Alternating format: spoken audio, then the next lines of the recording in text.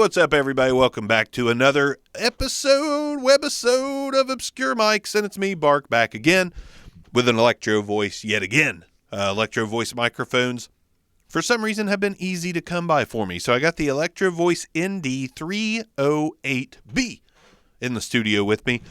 A very cool small microphone, small as in the stem of the microphone is small. It's on a really cool yoke mount. And got a really big head, that's what she said. Let's go ahead and throw it in the camera and show it to you. Just a really cool design for a microphone. Now, this thing, I believe, was partially intended to mic up cabs because you can turn the head like this and talk into it like that. You can turn it however you want, toward your mouth, whatever. I'm going to hold it like a handheld microphone for the sake of this review. But really cool mic. It's a vintage mic. I don't know if there's a newer model, but this, I believe, is a little bit vintage. I had to replace some of the foam in the head. Got a huge capsule in this thing. Absolutely massive capsule. I'll show that to you real quick. And yeah, so I got this microphone thinking, I know it has a huge capsule and it might just be really good for voice. And my initial impressions are, I think I was right. I think it does sound pretty good on my voice, at least right now. But let's go ahead and run it through the gauntlet of tests. First, we'll throw the plosives into it. Peter Piper picked a patch of pickle pineapple pizza. Peter Piper picked a patch of pickle pineapple pizza. Now we're going to get right on top of the microphone so you can hear what the proximity effect sounds like on the 308B from Electro-Voice. And now we're going to do off-axis rejection, turning the microphone 7 million degrees to my left. And then I'm going to turn it 7,190 degrees to my front, 7 billion degrees to this side, and slowly back around to the front of the microphone. And yeah, I really like the way this sounds so far.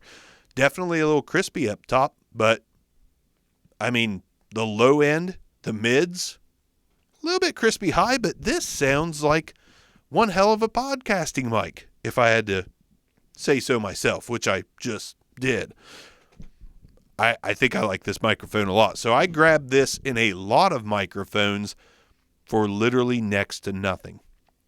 And with that big old capsule, if you like to do the things that I've done on this channel and do capsule replacements and buy a condenser, turn it into an end-address broadcast dynamic, so on and so forth, this capsule might be a dang good capsule if you can find this mic for cheap and throw it in something and make your own podcasting mic. Or you could just use this because it's a pretty cool looking mic anyways.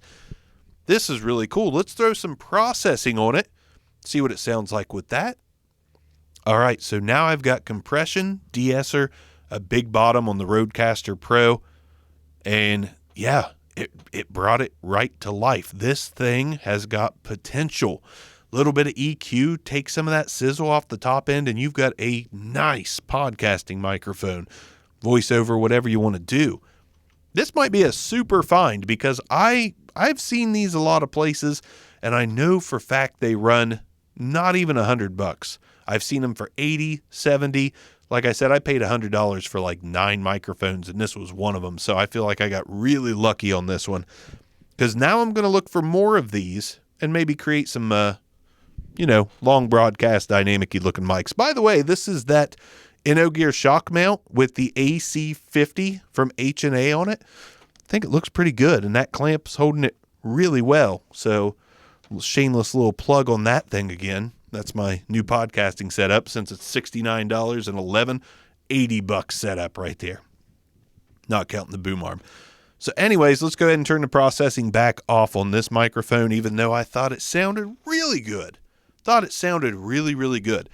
This is a gem. This is a hidden gem of a microphone that you can find, and I'm really impressed with it so far. I know I've heard other mics like it, but this is really impressive considering this is a mic no one's buying for vocals. I'm really positive that this is an instrument microphone, and that whole swiveling action there is for guitar cabs and such.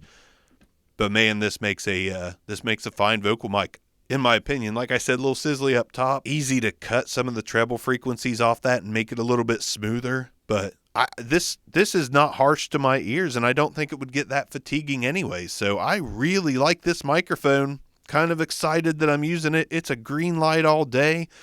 ND308B from Electro-Voice. If you like to tinker and make yourself a nice microphone into dress style like I have in the past, this is one of those things to look out for, used on eBay, Mercari, places like that, because I think it sounds damn good considering you can get it for half of $100 bill. God bless. My God. Good Lord. Sweet Jesus. Nice little mic here. Thanks for joining me yet again. I really do want to know what you think about this mic in the comments down below. So throw them out there. Throw them up. I want to know, am I just biased because it sounds pretty good? Or does this thing actually sound really good and has a lot of potential as a mic that would be good in your mic locker? Let me know. Obscure Mics. Peace out.